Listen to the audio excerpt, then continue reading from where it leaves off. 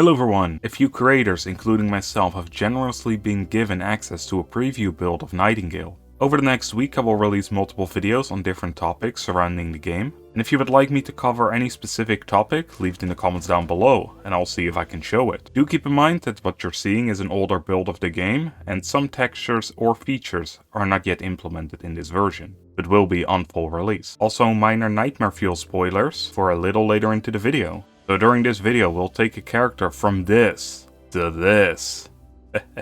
Get it? Since you start with nothing. Well, never mind.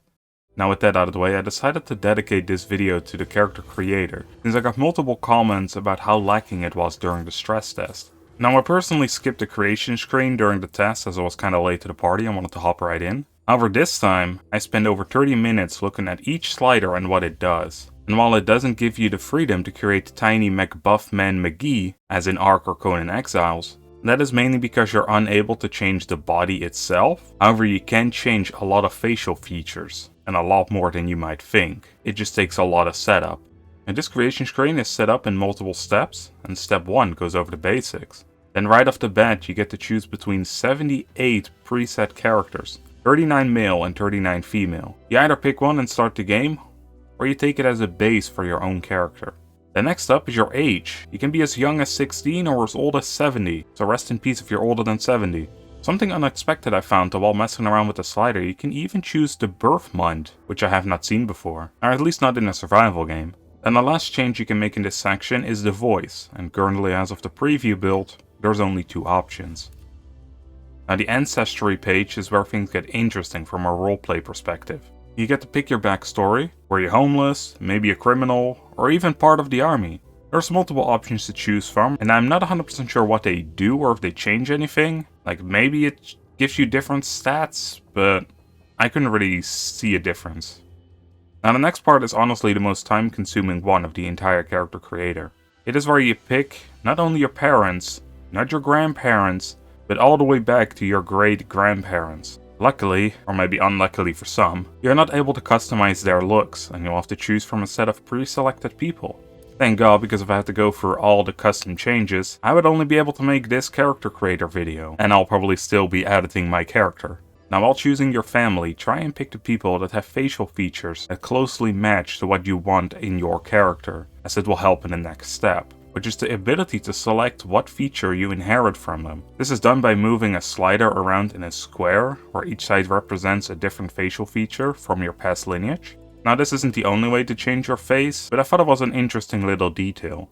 Now that we have a basic shape of our face, it is time for step 2. Here we can pick our skin tone. And why this is not part of the basics, I don't know, as you would think this would be a great option to pick before picking your entire family. These all are based around realistic skin colors, so you can't run around as an avatar. And I'm talking about the tall blue dudes and not the kid with the elemental powers. Now here is also where you can add a little redness to your cheeks and nose to add a little extra detail. Sadly in this build, the scars and tattoos were not added yet, so we couldn't take a look at those, but that is something we could do in step 2 as well.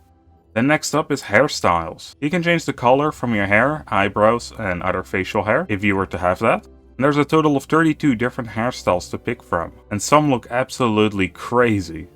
There's 4 different beard mustache combinations, including a clean shave. I will imagine they'll add more later down the line, and 9 eyebrow variations, and none of these include a shaved look. In the head section you get to mold your face even farther, including your nose, ears and your jawline.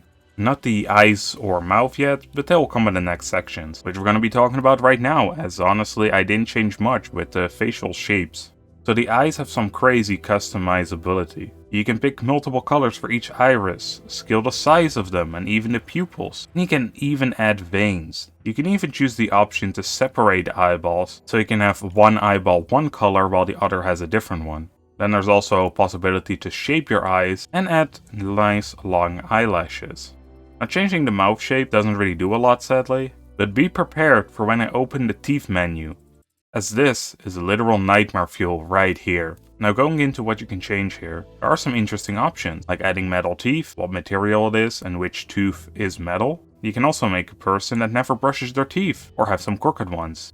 Then the final section in step 2 is makeup. There were a ton of settings, however most of them didn't seem to change anything. I'm guessing that they're not fully implemented into this preview build yet, so again, we couldn't take a look at that. Then step 3, which is also the final step, doesn't actually have anything to do with the looks of your character, although kinda. Here's where you can choose your difficulty, as well as your starter gear. Depending on which starter gear you choose, the game will be easier or harder. It will either fully kit you out with anything you need, or you get to run around in your underwear. But this is why I said kinda, as step 3 changes your clothes. There's also a more conventional difficulty selection in the form of realm power. You will be able to change this during the game, so you won't be locked into what you choose. And from what I heard, the highest realm power is insanely difficult.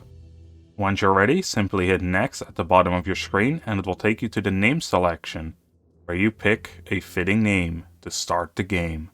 And that's it. As said before, some features are not yet in this build of the game, as it is pretty old, but this is what you can expect from the character creator in Nightingale. While it won't allow you to create crazy looking characters like some other games, Nightingale focuses solely on the facial features.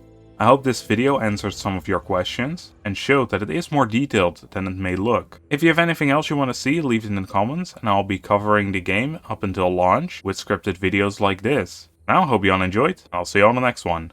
Bye everyone.